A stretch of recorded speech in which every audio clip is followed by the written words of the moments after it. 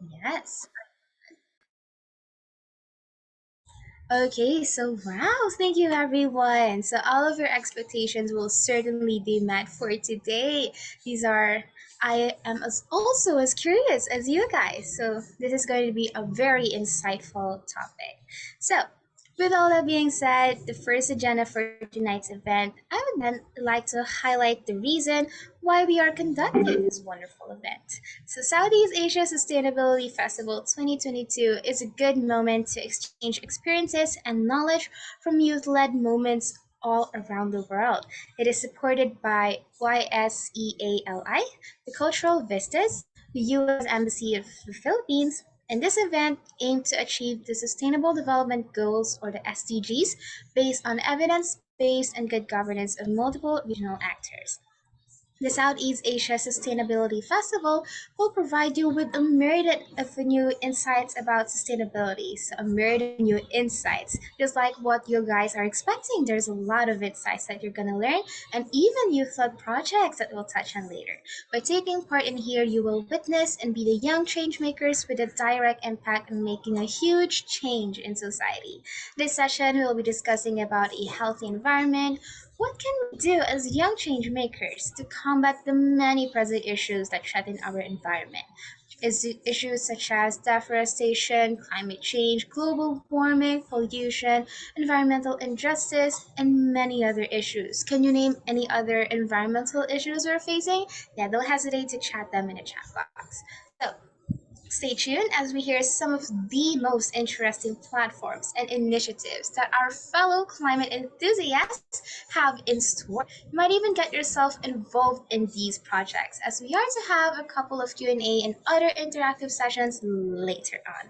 Stay tuned for that. And now, before everything else, let us have the opening remarks from our one and only coordinator of the Healthy Environment session, Mr. Abi. Let us all give him a round of applause. Hey. Thank you very much, Carla. Greetings, your speakers, volunteer, ladies and gentlemen. I would like to thank to every one of you for being here with us today. We are very pleased to welcome you on Southeast Asia Sustainability Festival 2022. Today is the third day of our mandatory class. Before we get started, I would like to express my sincere appreciation to all of you who generously help us make this event come together to become a success.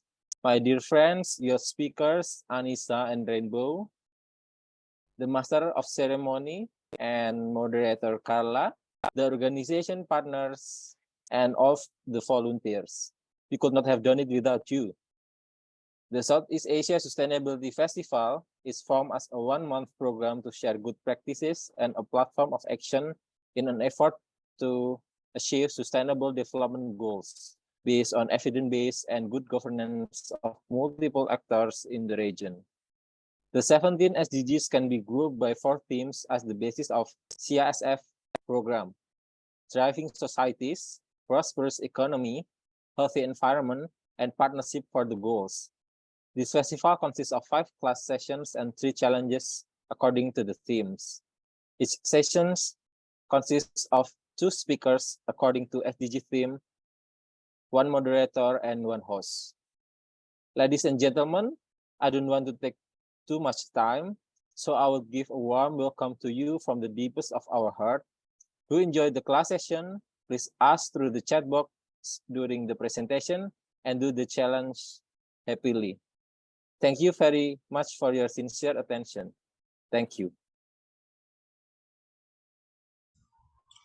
Wow, all right. Thank you so much to our committee head, Mr. Abi, for the really wonderful opening remarks. Indeed, thank you everyone for joining this really amazing session. Distinguished speakers and volunteers, are you ready for tonight's main event? Wow, we have with us 2 wonderful speakers who will share with us their initiatives. First, we have Ms. Annisa Satwika Lestardi, the Southeast Asia local lead at Restor, And also, we have Ms. Rainbow Wing Sum Leung, the researcher at Ecoshoreline team at the City University of Hong Kong. Actually, we also have with us my partner, our moderator for today, Mr. Sidney Joseph Torrenueva. Okay, so with that, let me introduce our wonderful moderator as well for today's session. So, Sydney is a motivational speaker, debater, host, volunteer, student leader, youth advocate, and public speaking champion. He graduated with a degree in political science at Bicol University as magna cum laude and was the most outstanding university graduate of the class of 2022. He is currently a youth coach and PYDP champion at the National Youth Commission, Youth Rights Ambassador at ASEAN Youth Forum, and former Director General of BU UNESCO Club, which, under his term, he received the most outstanding UNESCO Club in the Philippines at 2022. Sydney is a staunch believer of the youth's potential to contribute in nation building. Hence, he has initiated various projects to empower the youth. This has earned him the prestigious title of Natatanging Kabataang Kamnorteño sa Larangan ng Akademya at Agham. Or, in other words, it's a very prestigious award that's only given to him. The Youth Power Outstanding Student Leader of the Year by the 4th Asia Pacific Luminaire Awards. 2022 SDG Youth Prize honoree. He's also the 10 most outstanding scholars of the Philippines 2021 and recently placed third in the 10 outstanding student leaders of the Philippines 2022. Wow, that's so much, and that's a lot of wonderful credentials. I can't wait to have him for tonight's session. And without further ado, let me now pass the floor to our bright and wonderful moderator, my kababayan from the Philippines, Mr. Sidney Joseph L. Torrenueva. Let's give him a round of applause. Okay, so Mr. Sidney, the floor is yours. You're around. I can't unmute. Hi. Okay. You're unmuted, by the way. All right, all right. Previously, I can't unmute. Okay, mabuhay from the Philippines. Can I see everyone's virtual reactions via heart, clap, or everyone? Heart, clap. All right. Thank you so much for your virtual reactions. And I'm also very grateful for that very powerful introduction to my fellow kababayan. Carla, thank you so much. You know what? I would like to share a story. I almost didn't make it because I'm currently struggling with my internet connection right now in the Philippines. But yeah, we have to find ways as student leaders, this as volunteers, this is such a huge opportunity to contribute to us and to everyone who's here for us to continue learning towards healthy environment. All right, guys. So we have different time zones right now. So I want to say good morning to the western part if you're from Africa, if you're from America. So good evening if you're in Asia. So good afternoon if you're in other parts of Europe and if you're other parts of Asia as well. So I hope that whichever time zone that you are in country that you are right now, you are joining us to learn a lot about healthy environment and to be inspired from our powerful and motivational speakers, ladies and gentlemen. All right. Oh my God, we have lots of energy with our participants in our group chat. Keep it coming, and because we will need that for our discussion. So we have participants from Nigeria, from Indonesia. What country else? So don't be shy to put your country there. We have from Ghana. So also we also have lots from Southeast Asia, from Haiti, from Indonesia, from Nepal. Oh my God! Welcome to our event this evening from Indonesia and Philippines, right? So who's excited to meet our first resource speaker? All right. Everyone's super excited, right? So it is an honor for me to introduce our first resource speaker. Our first resource speaker is a PhD candidate at the Graduate School of Global Environmental Studies at Kyoto University in Japan. She graduated from the Environmental Engineering Department at Bandung Institute of Technology and Engineering Department at Bandung Institute of Technology and the Sustainable Resource Management Program at Tennessee Universitat Monshen TUM. Her work mostly focuses on forest and soil management. Her current research focuses on the carbon storage and sequestration potential in silvopasture lands on the rubber sands. As one of Restor's local leads, she is connecting and collaborating with restoration and conservation projects in Indonesia and other Southeast Asian countries. She is actively engaging with NGOs, community groups, the government to help them upload their stories onto Restor, and provides advice on how to get the most out of Restor's tools. Ladies and gentlemen, please help me welcome our first resource speaker. He is Southeast Asia local lead at Restor. Ladies and gentlemen, a virtual round of applause to Miss Annisa Satwika Lestari. Thank you very much, Sydney. Hi, ma'am. Hello, everyone from wherever you are. Okay, let me share my screen. Are you seeing my screen right now? Yes, it's visible. Annisa. Yeah? Can you see my screen? Yeah, your screen's Okay. visible. Yeah, I'll share the presentation. So hello again, everyone. Thank you, Sydney, for the introduction. So in this opportunity, I will explain to you about Restor. Many of you probably haven't heard about Restor yet. What is Restor? So Restor is basically an free open data platform for the global restoration movement. And over the next few slides, I'll tell you more about the ins and outs of Restor, and I'll also show you around the platform. So before that, I want to first talk about restoration. Why restoration? Why is it so important for us? So currently, our nature is being lost on a large scale. So 75% of our natural land has been severely damaged by human activity. This is very crucial as we all depend on nature. So we are basically in a global crisis. So, and restoring degraded lands, for example, forests are extremely important as it can help us sequester carbon and reducing the negative impacts of climate change. However, in this action has to be done right to be effective. It should happen in the right places. And when it happened, we can have better food security, sequester more carbon, and also avoid species extinction. So there's already an incredible amount of restoration work happening around the globe, but often in isolation and not as effective as it could be. The current scale we need to reach the global goals and potential in terms of sea drawdown is also not enough. In 2020, the Corridor Lab from the ETH Zurich began working with Google to build an online platform in collaboration with a wide network of restoration projects, communities, scientists, and environmental organizations. At the beginning of last year, we split off from ETH and from an independent organization, and also became an official partner of the UN debate on ecosystem restoration. And November last year, we are also received an honor to be the finalist of the Earthshot Prize. So we have strong roots in science and technology, and we want to bring everyone together to support restoration efforts around the globe. Today, you can see there's already thousands of sites on Restor, which I will show you later.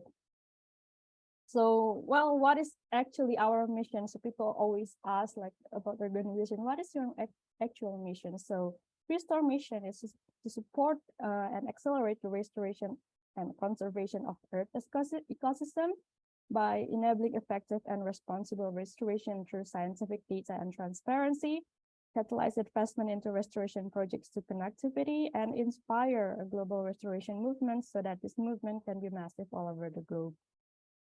So how can Restor help? So we can help with feasibility, monitoring, collaboration, planning, which I will also explain a bit further. So for visibility, for example, you can publish your projects to show the work that you have done or you are doing currently, or even the work that is in planning, like especially the final stage of planning. This will enable you to be visible to the opportunity of funding, getting volunteer, or getting noticed by like-minded people who are also interested in similar work. And in planning, if you are still planning in the planning phase or still trying to learn about the ecosystem around you or around the globe, like wherever you are, you can gain satellite-based ecological insights that are supported by the latest reliable scientific sources. You can also monitor the progress of your projects to restore by using high-resolution satellite imagery. So you can see this is one example from an assisted natural regeneration project, basically you can see how like the landscape change over time through the high resolution satellite imagery. Aside from showcasing your projects, you can also showcase your organization. So it kind of works like a LinkedIn in a way, and you can showcase your organization, and also you can affiliate your organization with other organizations, with your collaborators. You can also gain the opportunity to collaborate with other organization by being visible and by being able to see others. So yeah, so let's not wait any longer and let's head into the platform. Okay, so right now my screen is on the platform. Can you see the platform now?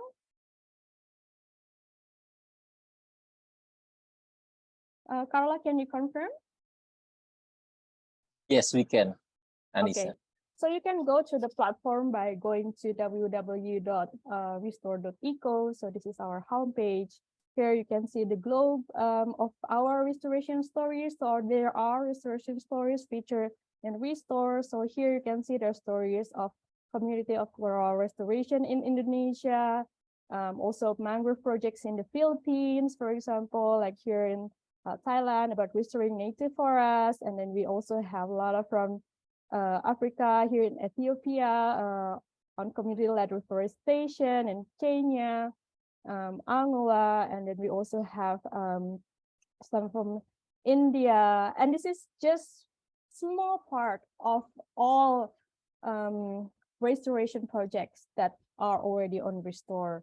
So you can also read like about Restor here in company, about our community, and then get support. If you have any question, we have an intercom. You can ask question through here, and someone directly from Restor will answer this. And then to go into the platform, you can open Restor from here. Open Restor, it will direct you to the global restoration map. So here you can see thousands of pin sites. Oh, okay. Let's zoom out. Yeah, thousands of pin sites. So all of these small trees is basically a restoration sites. It could be mangroves, it could be reforestation, it could be a coral reefs, for example.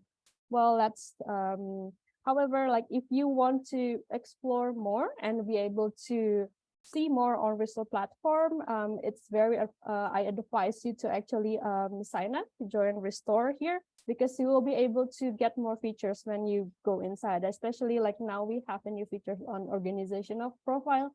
So you can get see those affiliated profile, organization profile through each site by only by joining or logging in into Restor. So I will just log in to Restor using my account. So you can just continue with Google, for example, if you have Google Mail, or continue with email.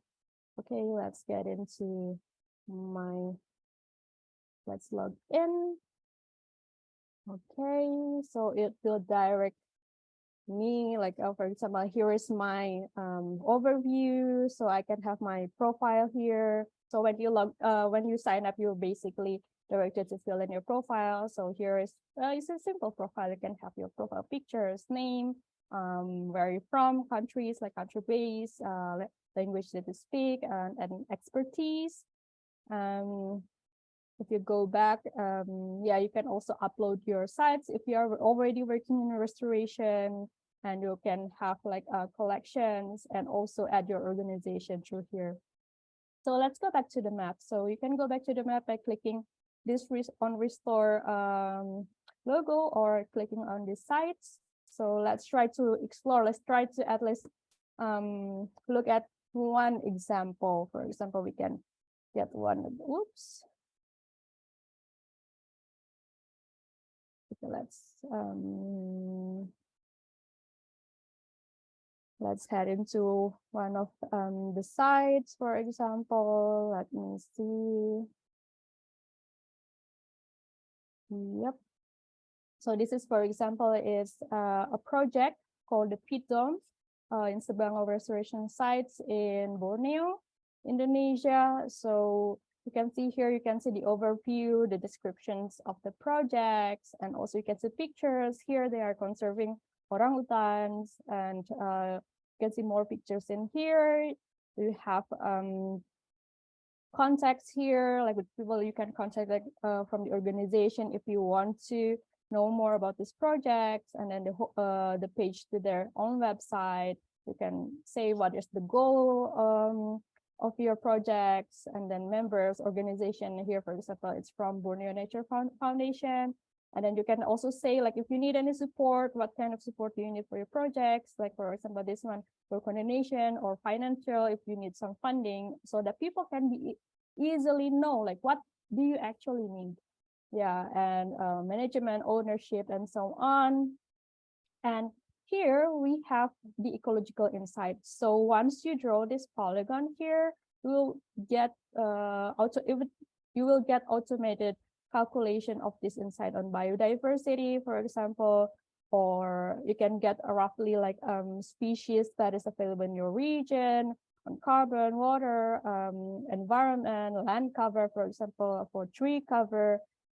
So here's almost 100% of trees. You can also see, like, if this area lost tree cover, for example, here, I think 2015, 2016 is the time when we had a forest fire. So it's visible here.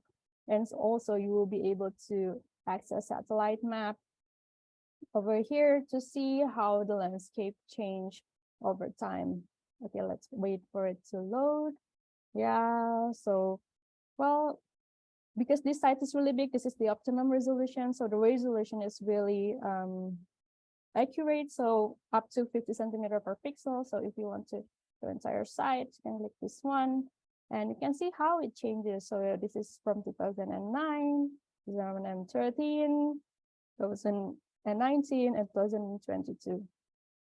Yeah, and yeah, I can also show you like another kind of projects. So what it will look like, for example, from if it's a project in mangroves, like previously it's a project on conservation. So let us zoom in again. Yes, I can show you how it, because like the other project is more on conservation. This one is more on planting mangrove over the coastline. So you can see here how it changes. So they have a declining coastline and they started a project in 2015. And they started to plant mangroves over the coastline. And here is within just 3 years, 2018, you can already see the planted mangroves. And then 2020, you can see like the mangroves already grow, and they have built a kind of recreational area over here also. And also next they get a wave breaker to have it at a recreational area. So if you have started a project for a long time, you can show from Restor satellite imagery, or if you start now, later on every 2 to 3 years, you will always get a new satellite imagery that will help you with monitoring. Yeah, and what other features that we have is also an organizational profile. So your profile, you can add your profile here. So once you log in, you can create a new organization, and then you can add your logos. For example, here we have now more than 600 organizations. So for example, Tree.org, Ananda, Permaculture, Acacia, Eco, BirdLife, they are also here. So we can click on this one, for example. It shows like a description of organizations and also websites, the admin, and sometimes you can also see like if all the members of the organization is here. So for example, if I search for my organization, Restor, it can show like these are all the members of Restor that spread out across the globe. So I kind of like want to teach you also how to upload sites on Restor in case you want to learn, or in case you already have a restoration work. So we can try just anywhere. We can zoom in somewhere. Oh, I think it's better to click a new site first. create new site, and you can if you know how to make a polygon using Google Earth or other programs, you can use shapefile or other file and just upload it. But if you don't know how to do it, you can just do it directly on the map, which is super duper easy. So for example, here I just put somewhere in Africa and just click, for example, the boundaries of my sites. Yes, and analyze area, and like magic, you will directly get the calculation of the ecological insights. So for biodiversity, carbon, water, for example, environment, land cover, everything will be calculated directly. But to be able to see the satellite imagery, you have to save your sites. And if it's already like ongoing project, it's like a real project, you can publish it. Yes, so it's really that easy. I think, yeah, we can go through this even more, but I think I will let you ask question about this in the Q&A session, and I can show you a little bit more. And okay, let's head back to the presentation that we have. So, okay, so what's Restor's role in good governance toward healthy environment? So, well, Restor aims is to bring transparency to the restoration scenes, and by this, we also bring accountability of every restoration project so that people can learn from each other. It's just like, well, sometimes like people are just thinking about sharing, you know, success stories, but sharing unsuccessful stories is also really important in order for people, like, you know, if you fail, you share your stories that you are failing, then other people can start learning, oh, okay, so this doesn't work. It's fine. We can look for the answer together. We can look for the solution together. And also we can help with easier and reliable reporting, and also drive collaboration and learning, and inspire more massive positive movements for restoration of Earth ecosystem. And what can you do to support it through Restor? So what can you do to support good governance? So you can upload your restoration project to Restor if you have one, or help others to do so. If you know, like, oh, I think like my friends or my family or you know, the governments in my village or in my cities, they are having restoration project and they are not already on Restor. So you can advocate them to add your sites into Restor in order to get more transparency and accountability. And you can also look for projects around you. So by exploring the map and start volunteering and also collaborating, and you can start a movement, start a project on your own and start using Restor. And it's completely free of charge. It's an open platform. You can do it for free. And yeah, it's as easy as, like, if you have internet connections, it's as easy as that. So yeah, join us at Restor. So you can make your own profile, join restoration movement. You can contact us if you have any question at community@restor.eco or on my email, Annisa@outreach.restor.eco. And yeah, I think that's all from me. So yeah, I will be happy to answer any of your questions. Thank you very much. Back to you, Sydney. Amazing. Let's give a virtual round of applause once again to our first resource speaker, Miss Annisa. Ayan.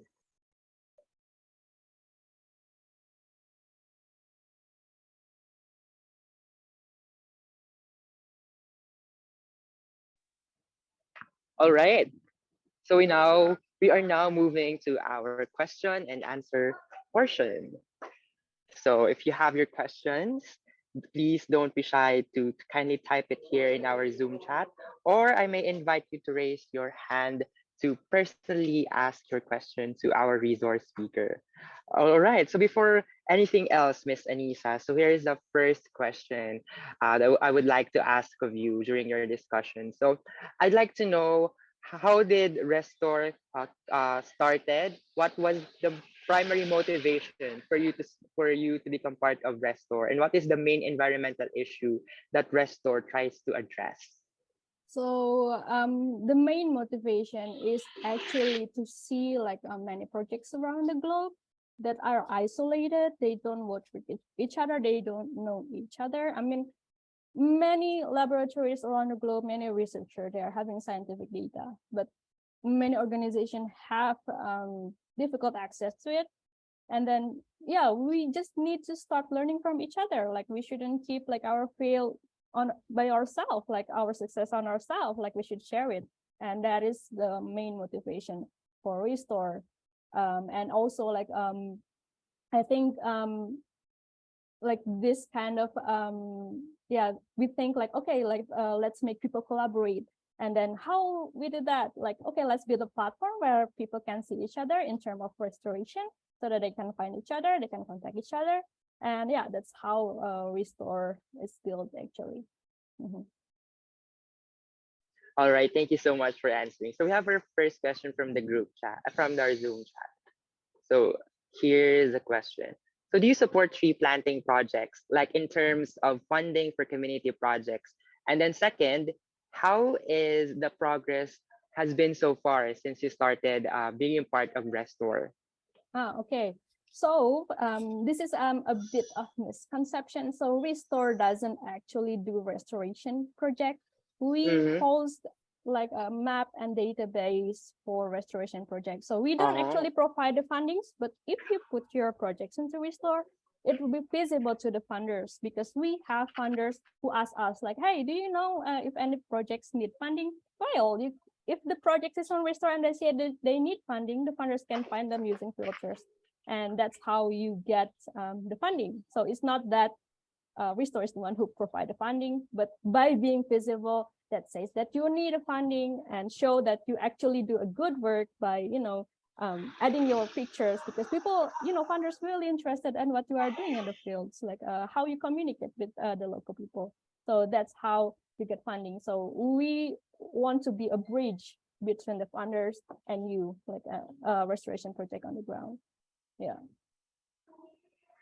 And yeah, we have more than Thank you so much. more than 500 organizations, like 600 organizations on Restor.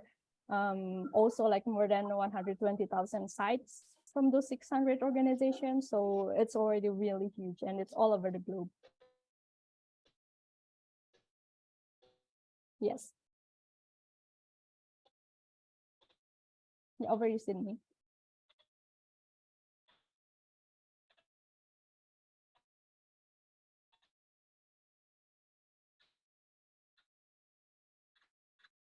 Oh, Sydney. All right, I think Yeah, Sydney he's has freezing. like internet connection lag. But anyway, there are several other questions, but I'll read the one at the Google Docs. So someone asks, are there possible criteria for tree species that can be planted in restoration, because some are harmful to nature, namely dominating in I many hope that answers the question. Oh, yes. Yeah, so was I able to say it clearly? Mm-hmm. Okay, so the question was, are there possible criteria for tree species that can be planted, because some of them are invasive species? So yes. Okay.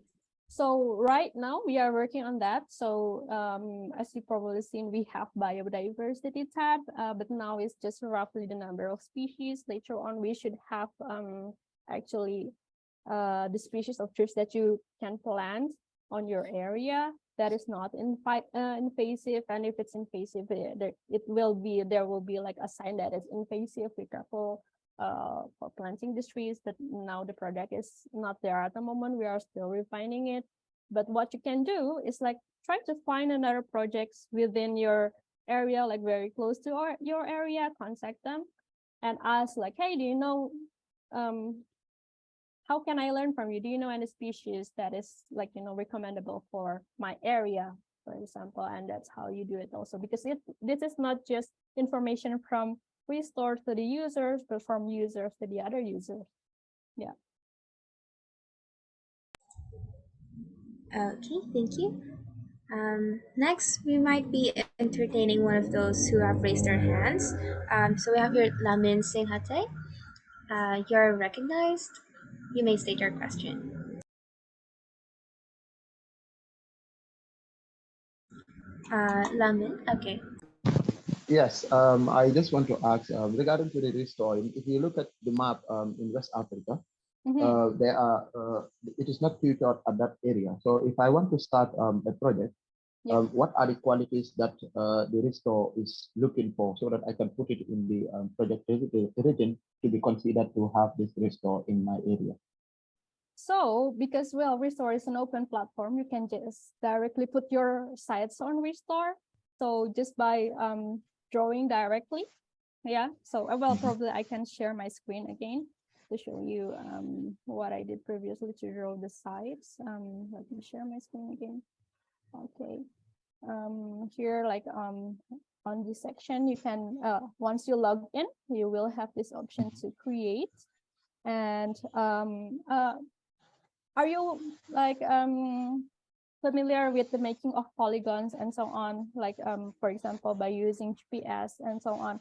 If you're not, then you can just click new sites here and then start drawing directly. Like probably I can go to West Africa. From where are you? Nigeria? No, Gambia. In Gambia. Gambia. Yeah, around Senegal. Around Senegal. Oh my God, I'm so bad. Go to your left side.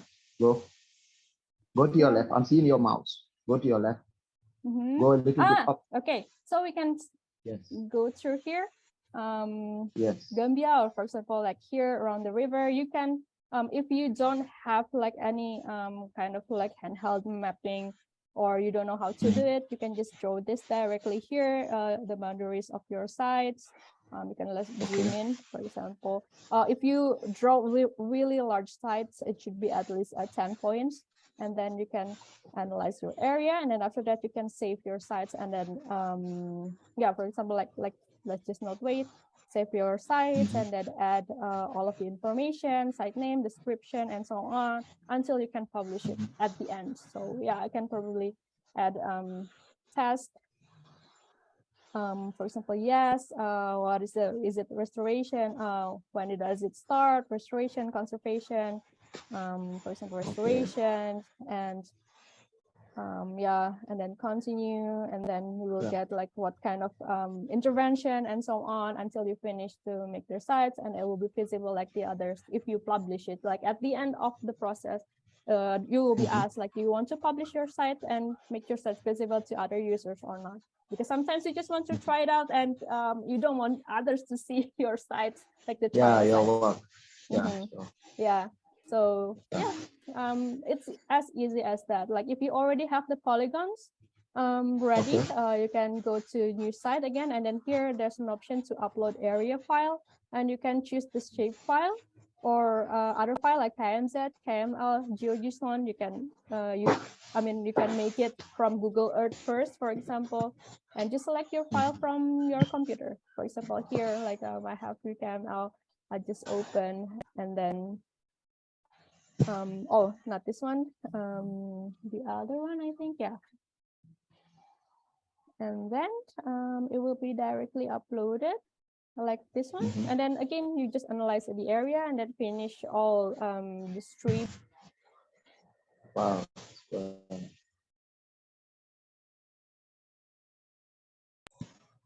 Annisa, you are muted.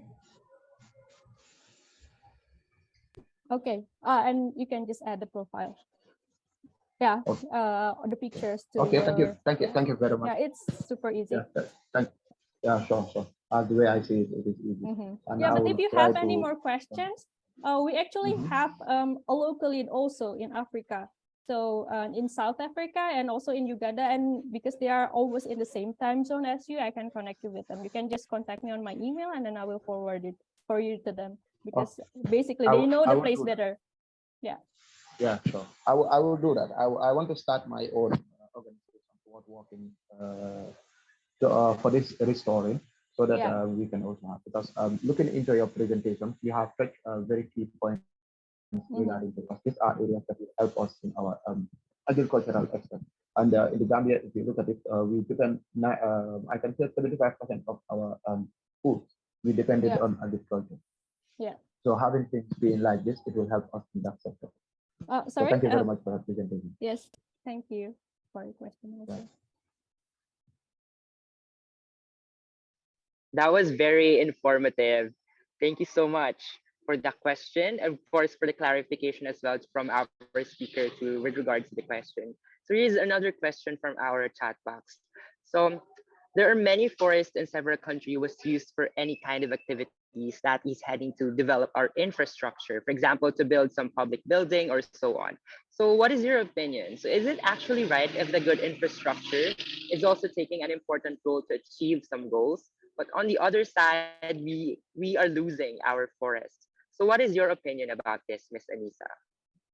Well, it's always like like building this kind of project is always like a give and take, like it's we always have to wait on what's will be there for the people, especially for the local people. And we shouldn't forget, like like the local people is the one who's been there for a long time, and they shouldn't lost their places, they shouldn't lost their how to say their home for that. So it's something to think about, like from, for example, like if there's if it's inevitable, like if the infrastructure is really important, then well, we can build it, but we can think like how to build it in a way that it will have like a minimum impact to the ecosystem. For example, like if you're building a toll road, for example, a tollway, you have to think about, for example, how the animal can cross the tollway without being crushed by the cars, for example.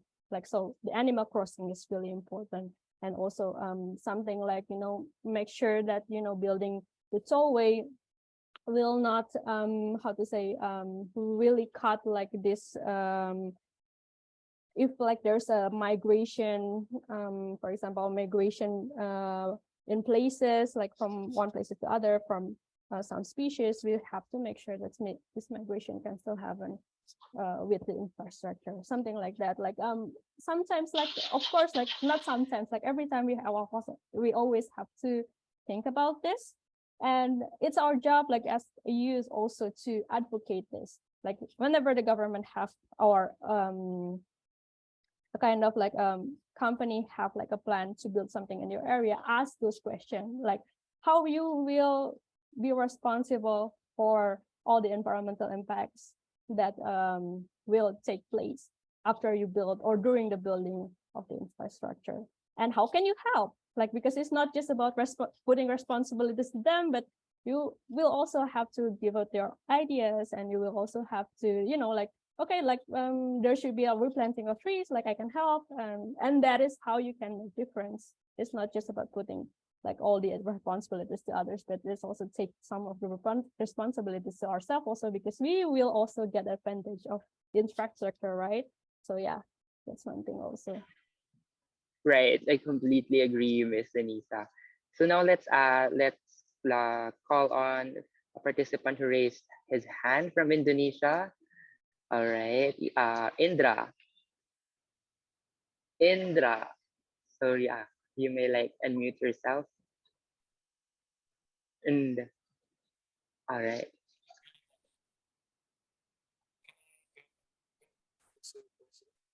Your voice is not very clear. Can you speak closer? Yeah, to your the voice is microphone? not clear, Indra. Yeah, speak closer to the microphone. Yeah, we can hear you now. It's okay now. Are there any weakness in your application that you can mention?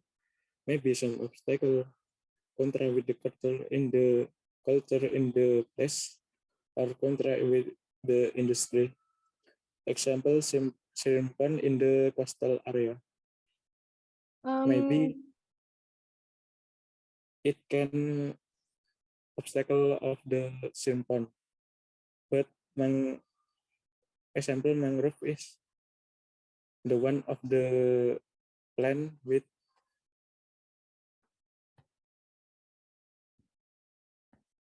is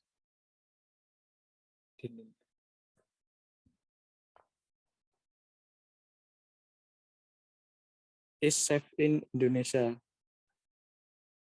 Oh, sorry. Could you repeat the question again? I kind of like couldn't hear it in the middle.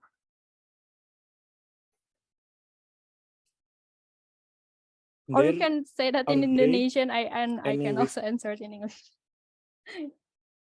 Are there any weakness in your application that you can mention? Maybe some obstacle in the website or Okay. application. I get it.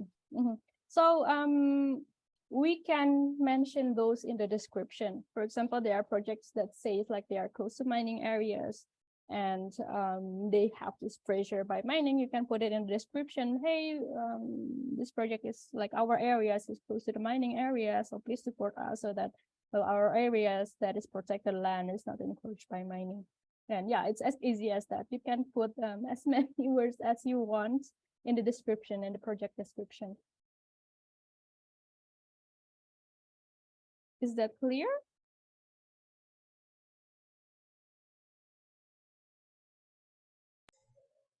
Right. Can I ask again? Maybe some contra in the coastal area with the mangrove plant. Mangrove plant is safe in Indonesia. Well, mangrove plant is of course safe in Indonesia. Well, example, in my place in Banyuwangi, is there a same pond that okay, you mean like in the aquaculture same pond ponds. is yes. The Okay. tool in the same pond is broken. That that it under the ground. It the ground is there a mangrove. Maybe can you give an opinion?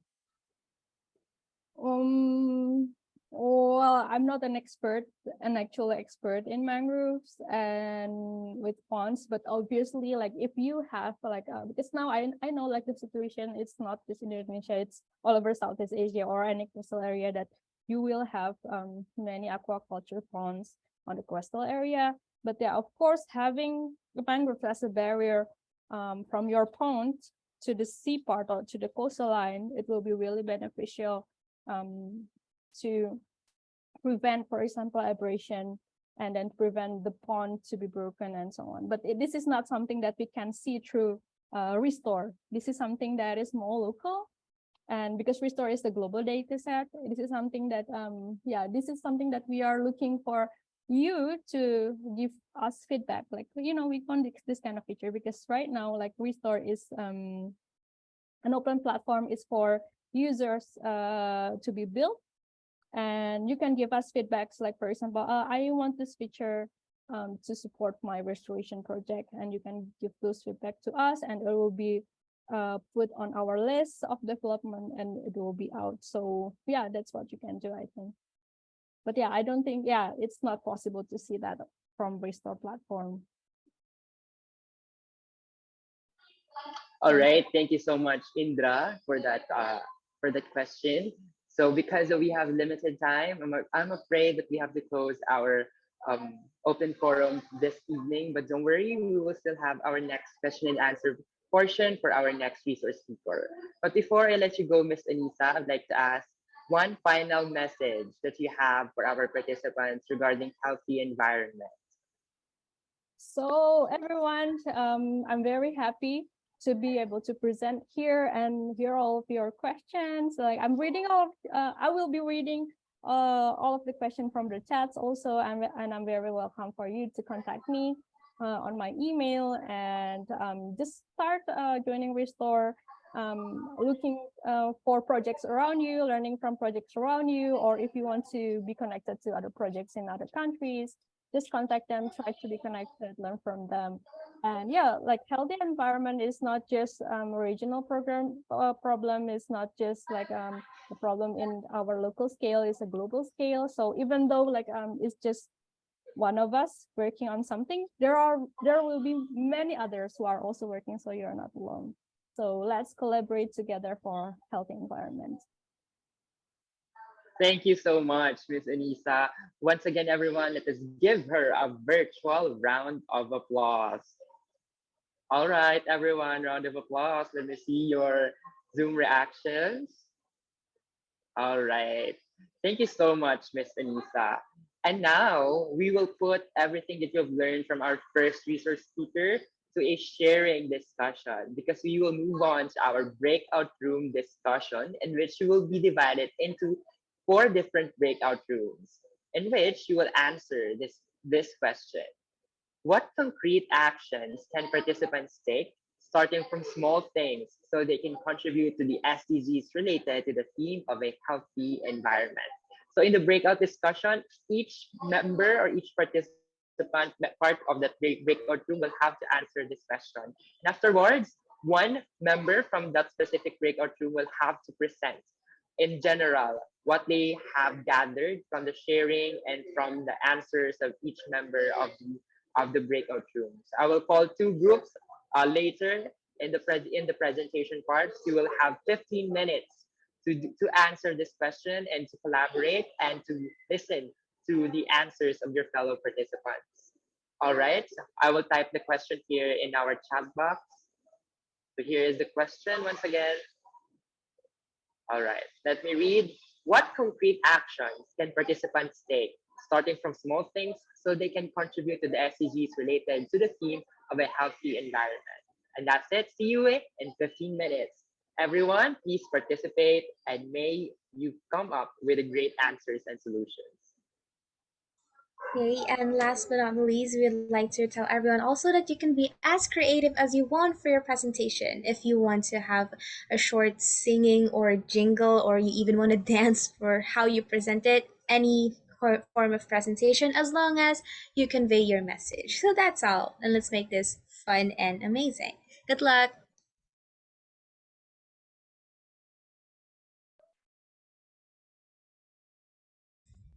Alright, so greetings once again, everyone, and welcome back to the main session. We hope that all of you had a wonderful discussion, and now, without further ado, let us begin the breakout room presentation. So, are there any, okay, please lower your hands first. Are there any breakout rooms who would like to, breakout room representatives would like to present? Okay. Are there any breakout room representatives who would like to present? Okay, Miss, sorry, I can't see. Okay, Miss Chandni from Pakistan. Which breakout room number are you? I am Chandni. from breakout room number 3. Okay, so we have breakout room number 3, and next we will be entertaining the rest later on. So Miss Chandni and other breakout room number 3 members, you have the floor for 5 minutes. Good luck. Thank you for giving this opportunity. And we have discussed various SDGs, like various forms in which we can help achieve a healthy environment. Few of them are here. Like first is that about pollution. We discussed about pollution, that we should not add an increasing pollution. If we are using, like if there's a short distance thing, if we have office, school, or anything else, for sure we can use walking. Rather than using a vehicle or increasing the pollution, we can decrease the use of pollution. We can decrease pollution in our environment. Second point is we can dispose of in a proper way. If we are wasting, if there's wastage products, we can dispose in a proper way rather than exposing in and creating a pollution in the environment. So this is also two other second other factor. And third is use of recycled materials. There are many products in our in our environment, in our society, where they are recycled. So instead of getting new one, buying new one, we can use a recycled one. Or if we have anything which can be recycled, we can use it other way. So we should go for that thing. And other thing is you overuse of chemicals. Industrialization, we are using industrial products more, and they're producing chemical waste. So we can do this thing, is that we can reduce the overuse of these products, because we sometimes have extra things, these things, like if we have need of one product, why we will not go for another 2 products. So it is like stop decreasing the decreasing the usage of chemicals, right? And other thing is the more encourage tree plantation. We can go for a plantation of trees. Other point is that we can do a plantation from our home, because we are about 132 individuals over in this Zoom meeting. If we can plant one tree for ourselves, like on individual basis, we can do these things in creating a healthy environment. And other, which is the most important, I think I have got new information about this, about the garbage enzyme. It's an eco enzyme. Is a multi-purpose liquid that is produced from fermentation of organic waste. Some of its function of this product is include mopping liquid, kitchen cleaner, water vegetable cleaner, insect repellent, and plant fertilizer. So this garbage product is produced from the waste, and we can use multi-purpose things. So it is eco-friendly, okay, because we are producing it from organic waste by fermentation of organic waste. So there's multi we can use for mopping, cleaning. So that's like a very much informative thing we can do on an individual basis. And other thing is that we discussed about the educate people are about it. It is most important thing. We can create awareness with the in the area we live. We can educate people around our community. We can educate our parents, our brothers, sisters. So we can start from our home first by educating the people.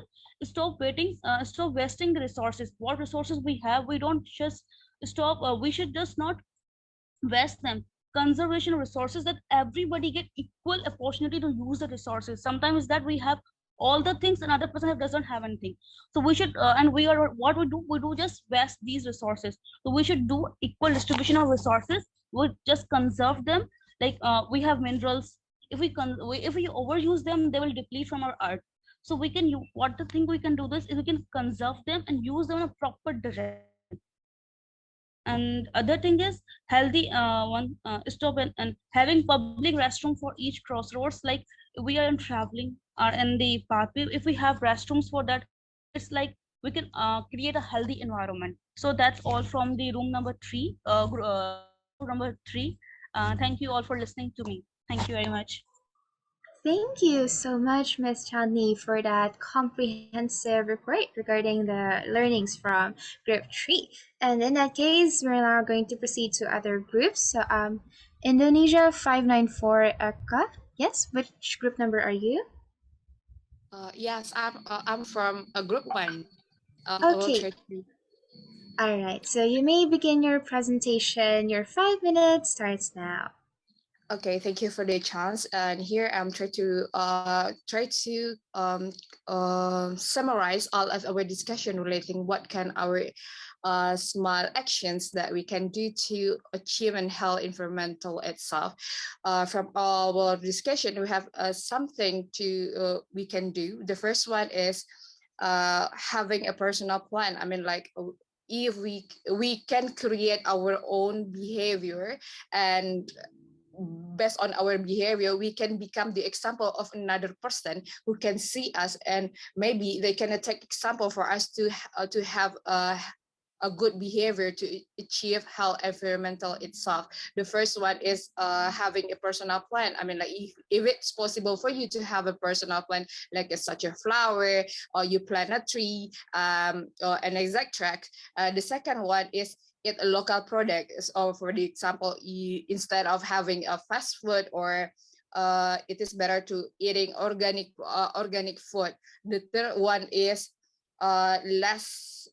using a less of an emission energy. So instead of driving, if it's possible for you to walking to go to your school, or using a bike to your office, it is better for you to use to reduce the using of emissions. And the next one is bring your own tumbler. So instead of using buying a drink with the plastic, it is better for us to bring our own tumbler, so we can decrease the produce and the consumption of the trash and the plastic itself. And then we use another one, if using organic fertilization instead of using a chemical fertilizations. And if it's possible for us to create our own organic fertilization from our own food waste, from our own food waste, like from a banana peel, from the fruit that we not eat anymore. So we can create our own organic fertilization to our plant instead of using a chemical fertilization itself. And then another thing that we can start from ourselves is using a single-use stuff such as not using a disposable straw, a plate, but we have our own. So it starts from ourselves to having a healthy environmental behavior, and we showing for our environment, we showing for our friends that we campaigning it by ourselves with bring a tumbler, walking if it's possible to your school, to your workplace, and there is the small actions from our discussion that we can do from a group one. So we give an example for our community, and it start from ourselves, from a small thing that we can do. That's it. All right. Okay. Thank you very much, Group 1, for that comprehensive report as well. Okay, those are a lot of really wonderful concrete solutions. Thank you so much, Group 1 and Group 3, for presenting. Okay, that is truly amazing. All right. In that case, so don't worry, everyone. We will still be having another representative session right after the second speaker. And speaking of which, so let me now introduce to everyone our second speaker for today. Okay, so of course we don't have just one, we have two. So now we have Ms. Rainbow Wing Sum Leung. She's our second speaker. Rainbow is a conservationist passionate about the ocean, sustainability, and climate. She is a researcher in coastal restoration, also known as the Ecoshoreline team that she has, and City University of Hong Kong, and the founder of SOA Hong Kong, a marine conservation organization. She focuses on conservation, coastal ecosystem, ecological engineering, ecosystem restoration, education and outreach, innovation, and entrepreneurship. She has been tied to the sea since her childhood, as she has the fisherman's ancestry flowing in her blood. After she completed her MSc in conservation biology in Australia, she came back to where she rooted and worked for several local and international environmental, non-governmental organizations. She has rich interdisciplinary experience in science, social science, and policy, and also fieldwork across Asia Pacific. Rainbow is also involved in ranges of climate action. She believes that conservationists should put people and the environment together and rebuild those lost connections. So now, wow, I can't wait to hear from our second speaker as we gain more and more insights for today. Okay, so everyone, please listen to our next speaker. I'll yield the floor to Miss Rainbow Wing Sum Young. Let's give her a round of applause. Thank you so much, Carla. Oopsie. So I will share my screen. Okay.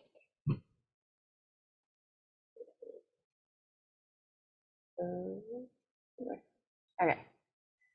Yep. So hi everyone, this is Rainbow from Hong Kong. I'm a researcher from Ecoshoreline team, City University of Hong Kong.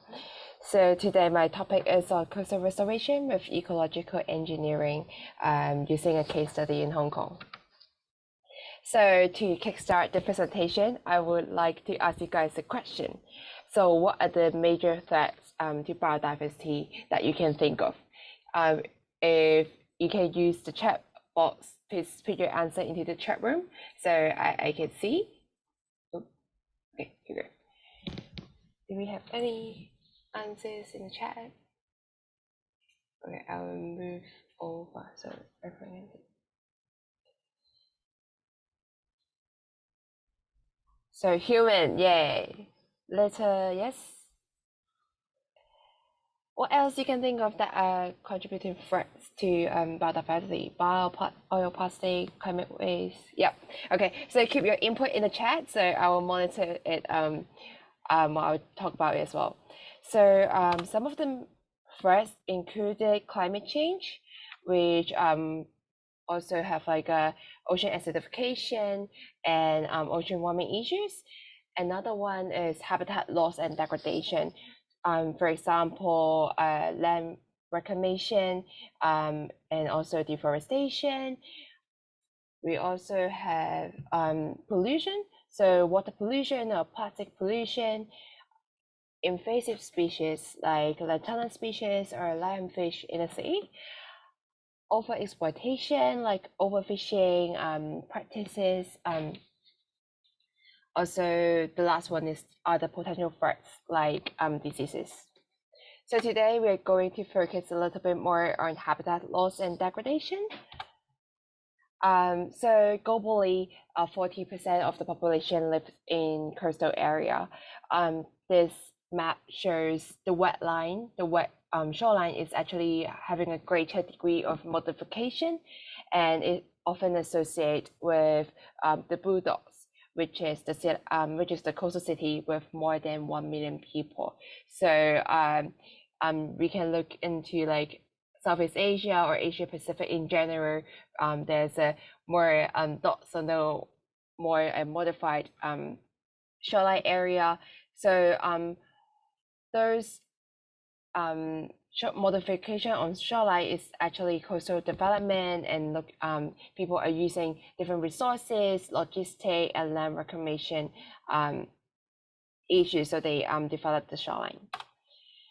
So back to some governance topic. So I think most of the people know better on SDGs than I do.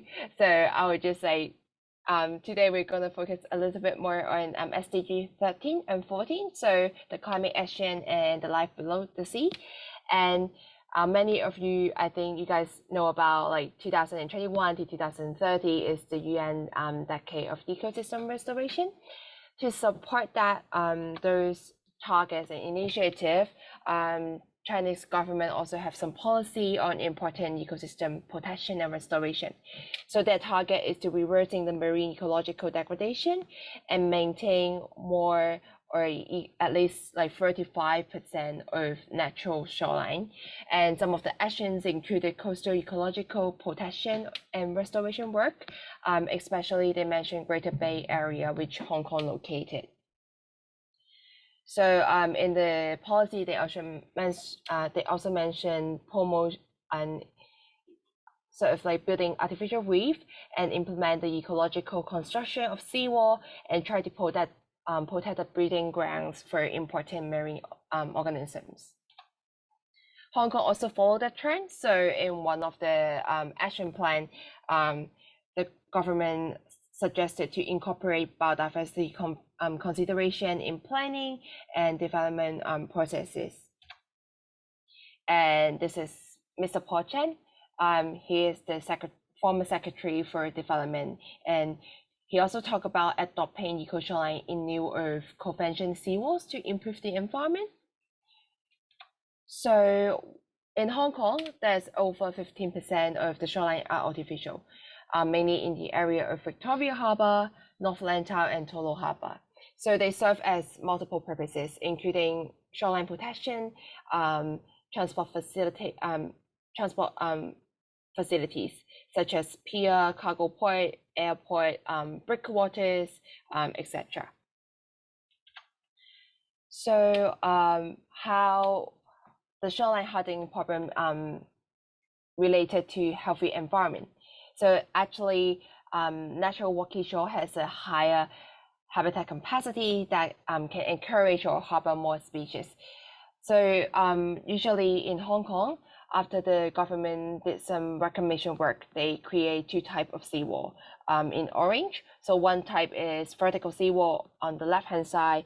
The middle one is bootstrap seawall, sort of like created with boulders and the natural rocky shore. As you can see, the orange artificial seawall are having homogeneous structure, and they have like less surface area and less 3D, I would say. And also, as you can see down below the table, we found less species inside those artificial seawall. So 48 and 63, while in the natural rocky shore, we can find up to 89 species. So the government are trying to push for more and more eco-shoreline projects.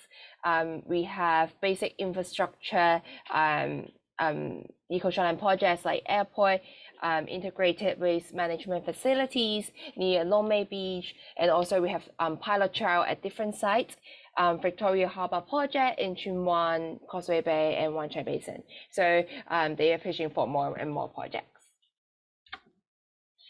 That's come to my team. We are a scientific research team working on Ecoshoreline, which is led by Professor LEUNG and Dr. Estudillo. And the research team is currently investigating the effectiveness of using eco-engineered features, including oyster shells, for the ecological rehab of the artificial seawalls.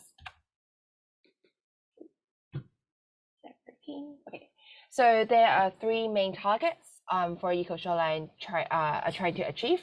So one is shoreline protection, ecological enhancement, and people enjoyment.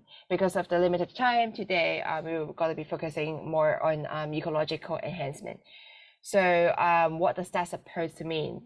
It's generally speaking, enhancing the biodiversity and the provision of ecosystem services. And to do that, we can do it either with hard engineering or soft engineering. So today we're going to talk a little bit more on soft eco-engineering. So NBS, anyone know what NBS is? What NBS stands for? Can you put that into the chat?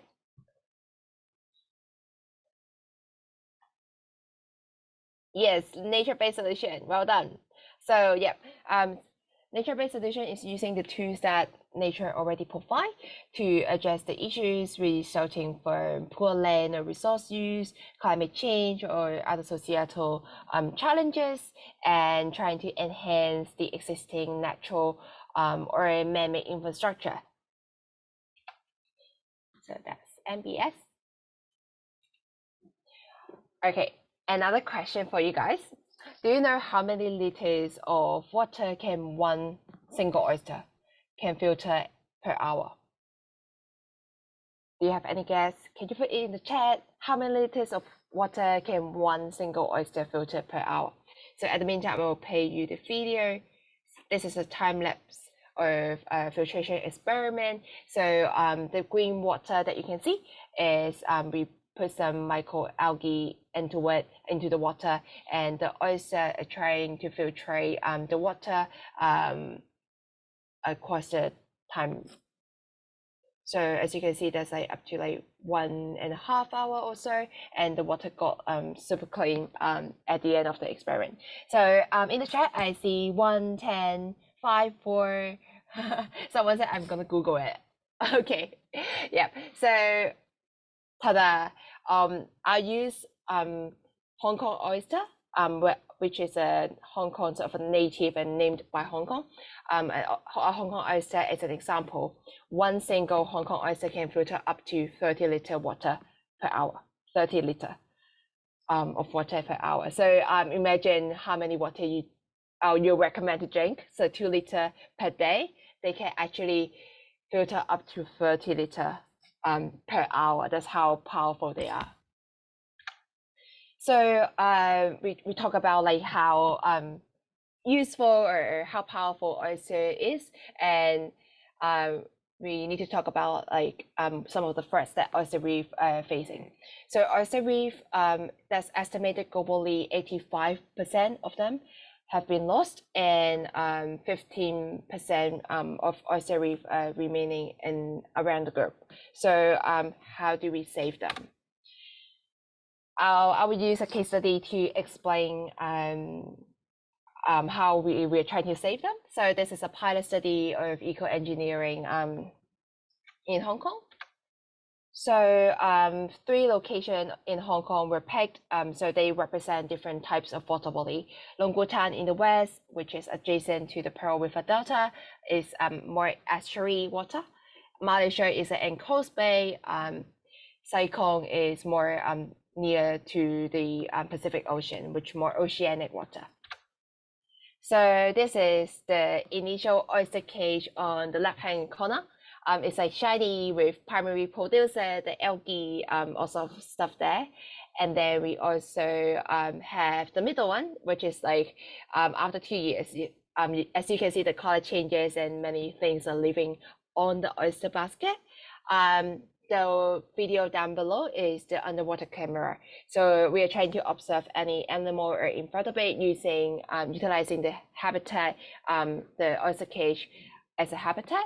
So we find some like foraging, spawning, and nursery actions, or like they're utilizing the oyster basket as a ground for bivalve, gastropod, and fish as well. Okay, so after 2 years, that's what some of the amazing creatures we found in the oyster basket. So you can see like bivalves, there's crabs, there biosword, perna, sponges, etc. So we've actually found at least 100 species spotted in the oyster basket, and at least 50% are unique in the oyster basket, which only found inside, not on the control borders. So we talk a lot of the research projects. Now we move forward to how individual actions can contribute to a healthy environment. So this is a Hong Kong Marine Ecological Association initiative called Oyster Save Our Seas. If you are familiar with the project of Billion Oyster Project in US, this is basically the same thing happening in Hong Kong.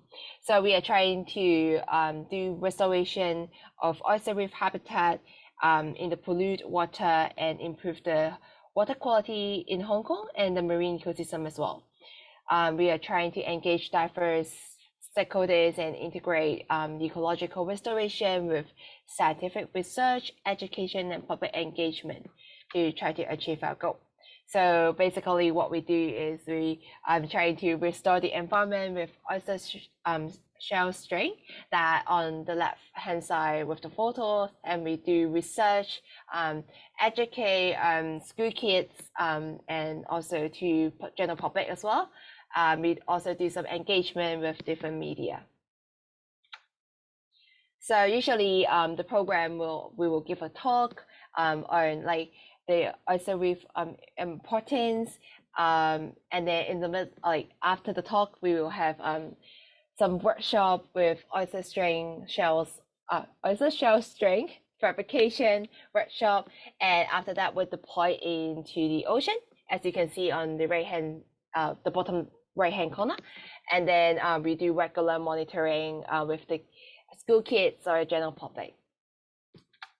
So this is a recent collection of photos that we've got from a 9-month deployment, post deployment. So we usually pick it up from the water and try to survey what kind of animals or flora and fauna are using those habitat. So as you can see, we found filefish, boxfish, crabs are utilizing the space between the oyster shells. We also found some nudibranch, and the school kids are quite happy with the workshops, and they make multiple oyster shell strings as well. So a quick question for you guys: what is the the right hand corner, the upper right hand corner photos with the wet little round circular thing? What do you think this? Any guess in the chat, maybe? Algae. Okay, do we have a guess of algae? We have eggs. One more, maybe? Oh, so the question is, what is the stuff on the oyster shells with the wet color? A fish? Yes. So this is those are actually the eggs of the fish. So if you look into the microscope, they look like this. They're super, super adorable. So basically every single tiny point, tiny like exact is actually the egg of the fish. So we are quite happy that the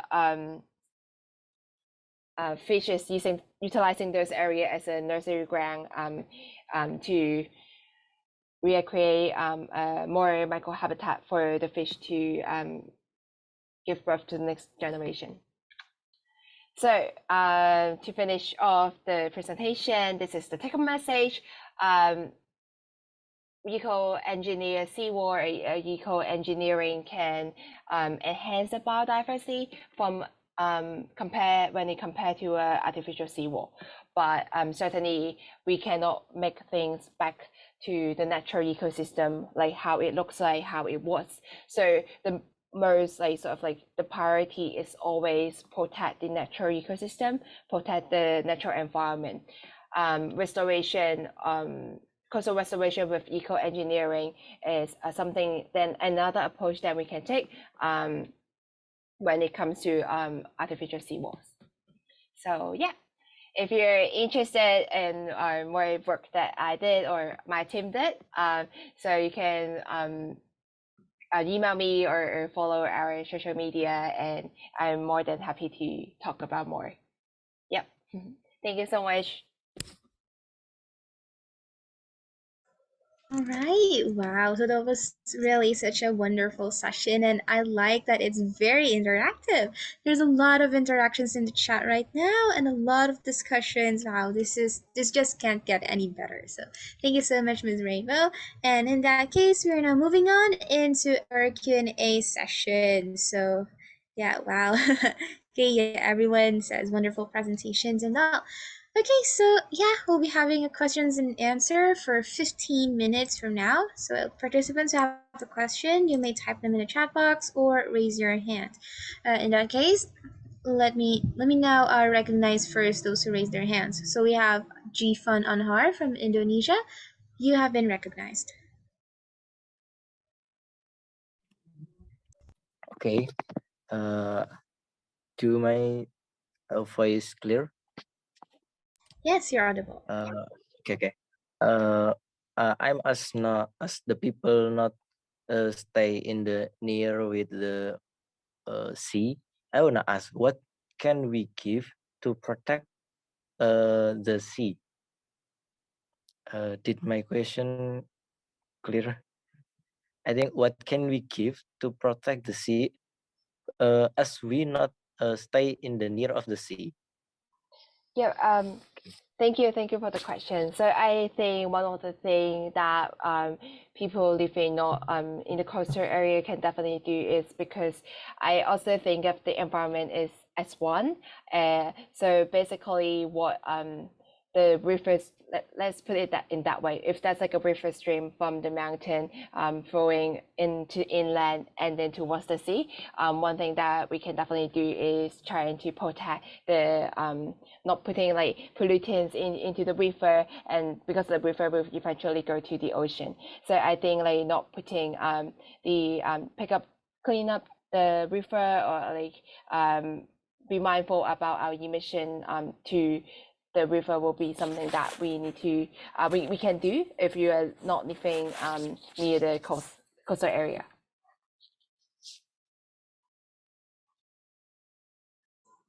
All right. So, Jifan, was the Rainbow able to answer your question? Okay. All right. Thank you. Okay, thank you also, Jifan. And now I'll be entertaining a question from our chat box. So a person asks, I see on social media people shoulder protest climate change by throwing food at famous painting and bring pro and contra opinion. So I want to know what's your opinion about that action? Mm-hmm. So sorry, I can't quite get that. So does that mean like social media? Okay. Sorry. Yeah, I think what they mean is that they're basically protesting climate change by throwing food at famous paintings, and yeah, they mentioned their opinions. Yeah. I would say I don't know whether I'm like sort of like Okay. having much opinion about that, because I'm more trying to tie up the climate actions and the marine conservation at the moment. But yeah, I would say my approach will more towards doing marine conservation work, and that will be my approach. Yeah. All right, so thank you so much for that one. And also, there's another interesting question at the chat box. So someone wanted to ask a little bit more explanation with the use of the oyster for purification, and another follow-up question related is the water drinkable after oyster filtration? That's interesting.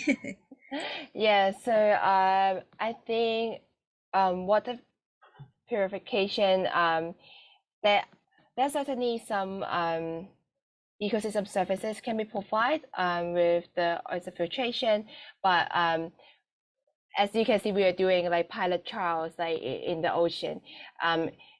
If we want to create a larger impact, definitely we need more oyster shell weaves or more oyster shell strain in the ocean to be able to create a larger impact.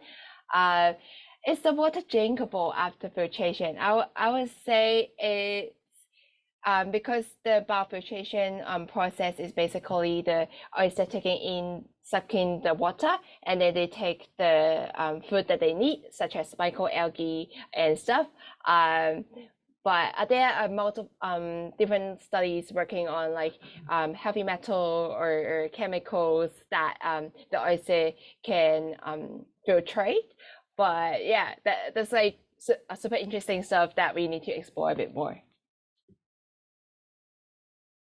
All right, so thank you so much for that one. That is rather interesting.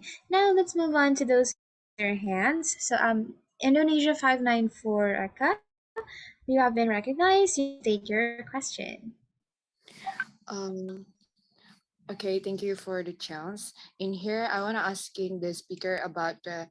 I'm very interesting about how oyster can work to fertilize water, and it's make a water cleaner and can be used. I mean, like unusable water can trans to usable water. But in the condition that you explained before, the existence of oyster is decreased extremely. So, do you think that what can we do to? I mean, like, is it possible for us to cultivate the oyster itself, and what can we do to? I mean, like, what can we do to make the like to make the existence of this oyster stay there, not lost extremely like what you explained before?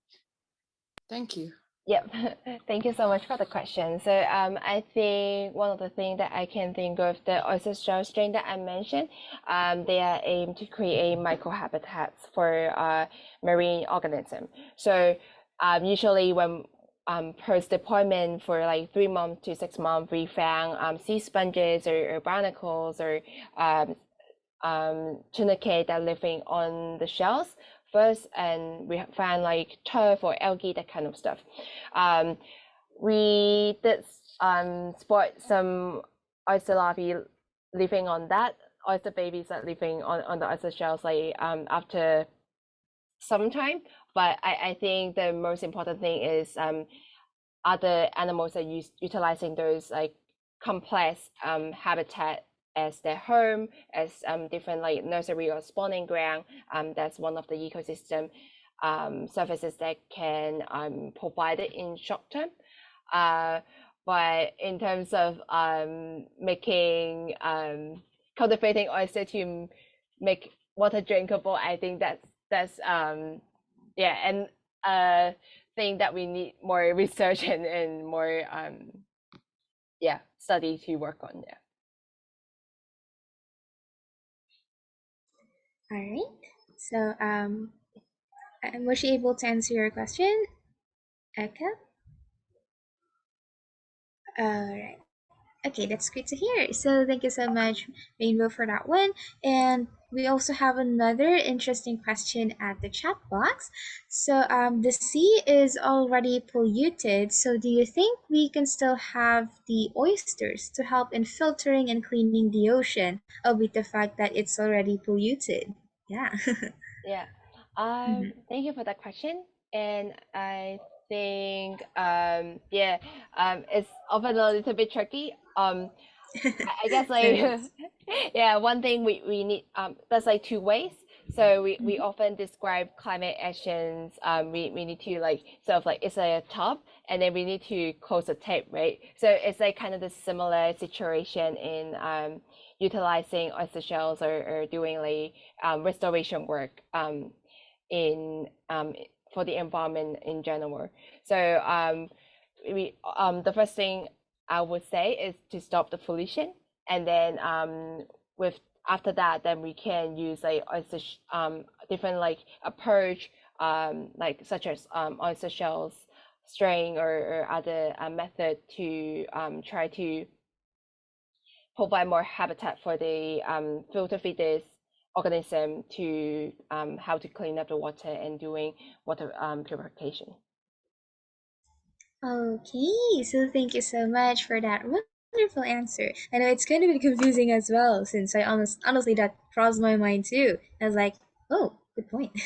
Okay, and also we will also be entertaining another question from those who raised their hands. Okay, so I can see in my screen Kai or K Idong, right? Kai Idong, you have been recognized. Kindly state your question now.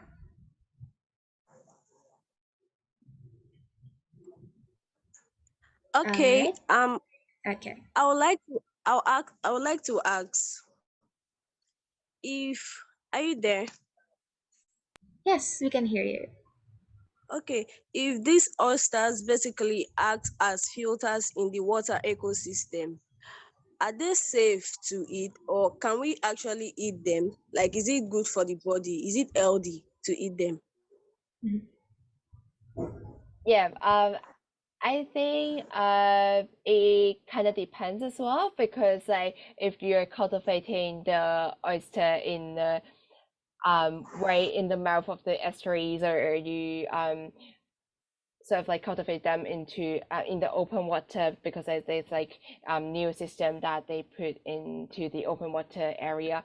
So the potential, the pollutants concentration will be different as well if you compare to more near the coastal area or in the open water. So I think in Hong Kong there are some we have a food safety standard that we will look into. But I think different countries also have their own standard as well. So make sure you check that if you're worried. Yeah, thank you for the question. Okay. Alright, thank you also Kai or Kay for that question as well. So unfortunately we don't have much time left, but thank you so much to all participants who asked their questions, and thank you so much Ms. Rainbow Young for that really wonderful, insightful, and very interactive presentation. There's a lot of interactions also at the chat box.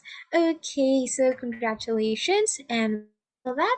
Okay, so we'll now be moving on into another breakout room session for this event. Okay, so dear participants, okay, we will once again open all of the breakout rooms, and you may choose to join the room that you were once in. Okay. All right. So everyone, you may now proceed to your breakout rooms, and to those who will be presenting, I believe they are groups 2 and 4. All right. So groups 2 and 4, it will be your turn to present after the 15-minute session. Okay. So yes, please proceed to your breakout rooms now. Good luck.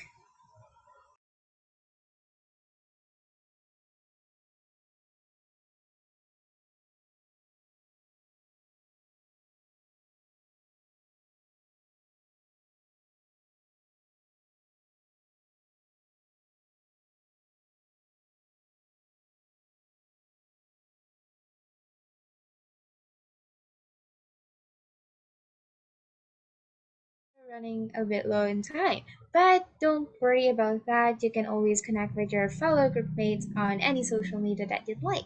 Okay, and once again, please don't forget to tag us with the Instagram handles that was sent at the chat box.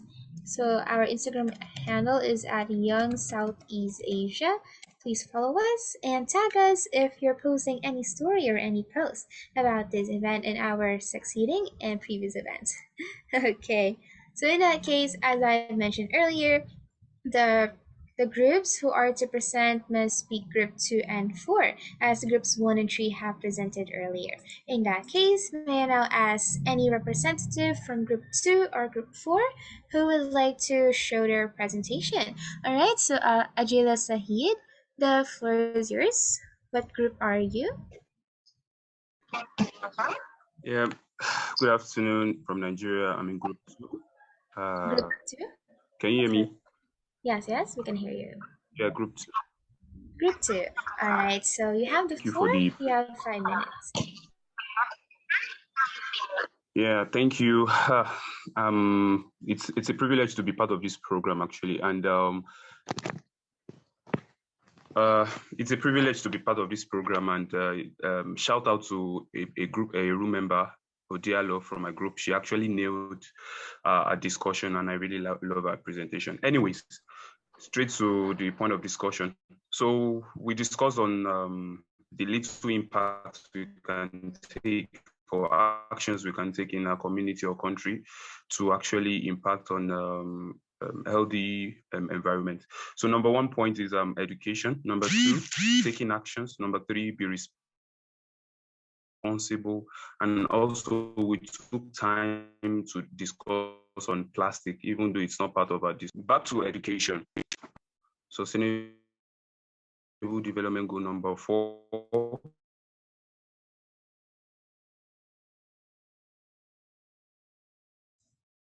Okay, so unfortunately, I think Ajila got which disconnected. is quality education. So towards hello, can you hear me? Hello, can you hear me? Yes, we can hear you now. Go ahead.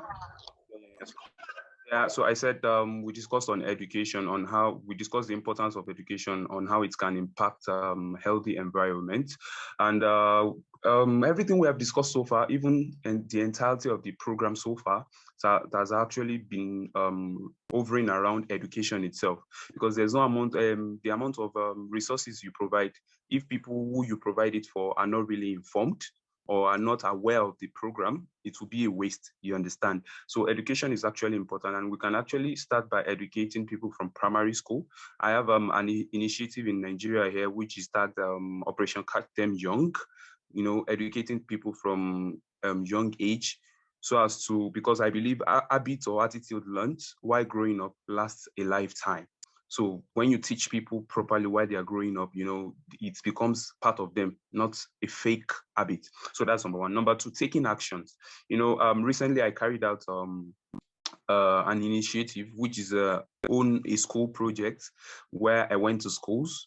I was able to educate them on the SDGs we have. Most of them don't even know what is going on. So that's why I said education is very important, you understand? So they were taught on the importance of SDGs, and we summed the program up by planting trees, you understand? So also being responsible. You know, I think everyone in the world so far is guilty of this one way or the other. We should be responsible for the change we want, and we should be responsible with our attitude and actions. You know, we discussed on the impact of plastic on climate change. You know, people purchase things and that includes plastic, and they dispose them off inappropriately. And one of the major challenges is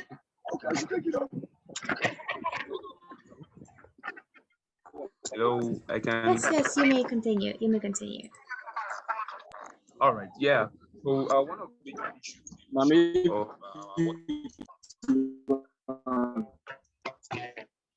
sorry, can you mute that person, please? I am getting yes, we have. You may continue, Ajila. Oh, okay. Yeah, like one of the major issues the world is facing, especially our water body or ocean, is the impact of plastic on the ecology of the ocean, and also on animals. Animals living in water, you understand? You see, I've seen documentaries where big whales, big fishes, and several other animals that habitate the water. die because they were choked by plastics, they were killed because of the impact of plastic. Do you understand what I'm saying? So all of these things, when you sum them together, they all are hovering over education, because a lot of people are not really aware about what is going on. I was privileged to be part of 130 individuals selected to represent their countries in the recently COP27 simulation program in Egypt. So I think we have a long way to go in the world, and I really, really commend you guys for this kind of initiative and program. Kudos to you guys. So to sum everything up, I would implore every one of us to try to reduce our use of plastic, to reuse plastic so as to prevent environmental impact of plastic, and also to encourage recycling. Thank you so much for your time. All right. Thank you so much, Ajila, for that comprehensive report as well. Okay, so those are a lot of wonderful concrete solutions and a lot of wonderful insights. So we're glad to know that you learned a lot from the talks by our speakers. And now we'll be asking a representative from Group 4 to show or to present their insights. All right, Kenya_Priscilla. Yes, may I ask which group are you from? Group 4. All right, so you now have the floor for 5 minutes. Good luck. Okay, so in Group 4, we simplified the small things we can do in A, B, C, D, and E. So in awareness, A for awareness, you create awareness to people on how best to create a healthy environment, awareness to children, awareness to grown-ups, awareness to developers, and awareness to the entire community. B for be proactive. It starts from yourself as an individual. What can you do? If you are able to adopt a river, adopt a habitat, a natural habitat, like be proactive, daily do something in promoting a healthy environment. And then C, collaborate as a community, come together, do community cleanups, and through progressive action, we'll be able to achieve a healthy environment from where we are. D for discuss on social media. So social media plays a huge role in creating awareness and promoting the creation of a healthy environment. So tweet if there's someone if there's a huge pollution in the oceans, tweet about it. Tweet about the SDGs, do it on Instagram, do it on Facebook. So discuss through these open forums so that more people will be on board. And then the last one, E, educate. We've learned about Restor today. So educate others on what they can do. Educate people how to make money from plastics, educates children on how best to dispose their waste. So it's a summary of A, B, C, D, and E. Thank you. Wow. Just wow. Okay, so let's all give a round of applause to all our presenters today. And that was very creative, Group 4. Okay, thank you so much. So you did a really wonderful acronym about your discussions, and despite the short period of time in preparation, so impressed. Okay, so congratulations, everyone. So congratulations to rooms 1, 2, 3, and 4 for all of your wonderful presentations. So we are so glad that you have a lot of the insights that you have gained from our speakers and from your interaction with your fellow enthusiasts. Okay, so thank you. Thank you so much, everyone. And okay, well presented. All right, so now we will now be moving on to the last parts of our session. So sad we're ending already. Okay, so before that, let me thank first earlier. Thank you very much to Mr. Sydney, who has moderated earlier session, and thank you very much to our wonderful keynote speakers, Ms. Annisa and Ms. Rainbow, who delivered their presentations earlier. Those were very amazing, very enlightening, very insightful, everything under the sun. Okay, so just to sum it all up, today Ms. Annisa Okay, sorry. Okay, so just to sum it all up once again, today Ms. Annisa talked about Restor, a website platform showcasing restoration work to provide transparency, accountability, and connectivity. And we also talked about marine conservation by Ms. Rainbow, such as ecological engineering, which can be one of the approaches with coastal restoration.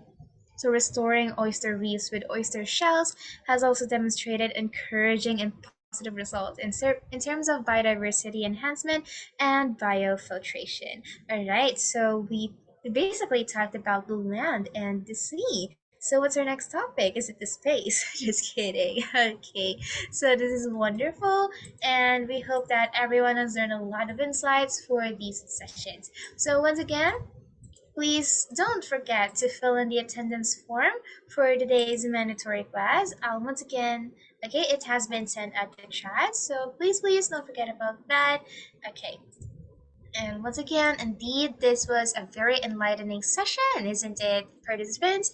With that, we would like to hear a couple of feedbacks from our distinguished guests and participants. So everyone, kindly type learnings at the chat. I know everyone wants to share their social medias and everything. Okay, so type your learnings for today's session. Okay, you enjoyed. We're so glad to hear that you enjoyed today's class. Okay, so what else? How do you feel about this session? You think it was very enlightening, very interactive? Yeah, share us your learnings. You just learned that oysters can be used for filtration. Okay, it's great, educative. It was smooth. It was awesome. Thank you, guys. Insightful, very informative, and eye opener. Insightful session, amazing and knowledgeable. Okay, thank you. Wow. Surprised that oysters could do that. Me too. I thought oysters were just food, but they can actually be very helpful in marine conservation. Amazing, enlightening, and sedative. Okay, so wow. All right. So Ms. Rainbow has dropped her social medias if you want to connect with her. Okay. So thanks everyone for sharing with us your thoughts. Okay, and now with that, we will now be having a group photo. Okay, so in this group photo, everyone, please turn on your cameras and flash the best smiles that you have. Be proud of your participation for today. Be proud that you're able to present and you're able to connect. You're able to learn a lot. So flash that wonderful smiles of yours and open your cameras so that we can take your pictures. Okay? So once again, we would like to call on everyone to kindly open your cameras if you can, or if your bandwidth is low, that's perfectly fine. Open your cameras so that we can take your pictures. So we have apparently 7 slides, so just hold your smiles and we'll make it. Okay? So may I ask who will be taking the picture? You'll have the floor.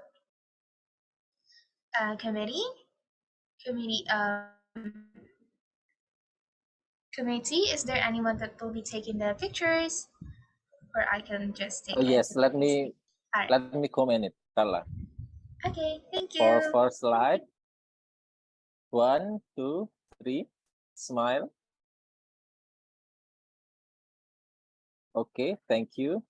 Second slide, 1, 2, 3, smile. Thank you. The third slide, 1, 2, 3, smile, everyone. The fourth slide, 1, 2, 3. All right, the last one, 1, 2, 3. Thank you. All right, so okay, that ends our short photo session.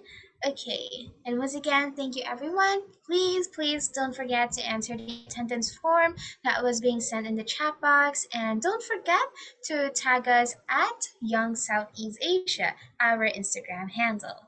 And so while you do tag us, take your pictures and everything else, let me once again thank our wonderful partners and sponsors who made this event possible, supported by YSEALI and Cultural Vistas, U.S. Embassy Philippines, And this event is aimed to achieve Sustainable Development Goals, or the SDGs, based on evidence-based and good governance of multiple regional actors. So thank you to all our sponsors and partners. And once again, reminding everyone to fill out the attendance form, and also if you're going to tag us, please don't forget to, if you're going to post any photo, please don't forget to tag our Instagram handle. Okay, so our session is about to come to a close. All right, so flashing here is the attendance form and our Instagram account. Don't forget that. So in that case, distinguished speakers, volunteers, our wonderful participants, and everyone else in this session. On behalf of this group, I would like to thank everyone for taking your time to join us this wonderful evening. We hope that you have learned great insights tonight, and if you do have learned a lot of insights, don't hesitate to share it to everyone else in your network. Let us create a better place with no one left behind. Let us create a better place with a healthier environment and a healthier world. I am Carla May Tolling. I am your beautiful host for today. Just kidding. Okay, thank you everyone, and have a wonderful evening, morning, or afternoon, wherever you are. Okay, so thank you guys, and don't forget again our attendance form and our Instagram. Bye and stay healthy. Okay, bye. Bye. Thank you Good work, everyone. everyone. Thank you. Bye bye.